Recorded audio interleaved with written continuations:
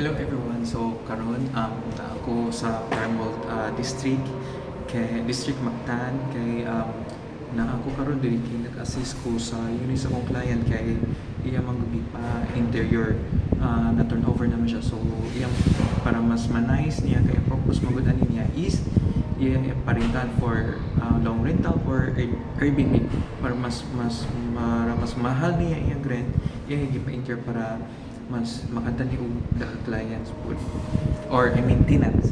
So mo ni siya ang by the way, i-share din ako ninyo ay ang kaning sa Farm World District na sila yung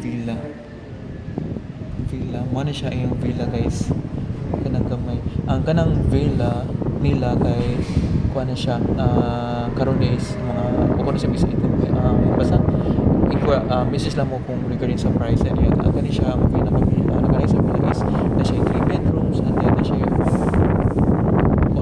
swimming pool, private so private area gid siya or private place pa na siya. So mo na siya guys no, mo na kanay sa niya is ang farmer pwede pud makaon na ni kay condo title na siya. So karon ano na to ako engineer ko sa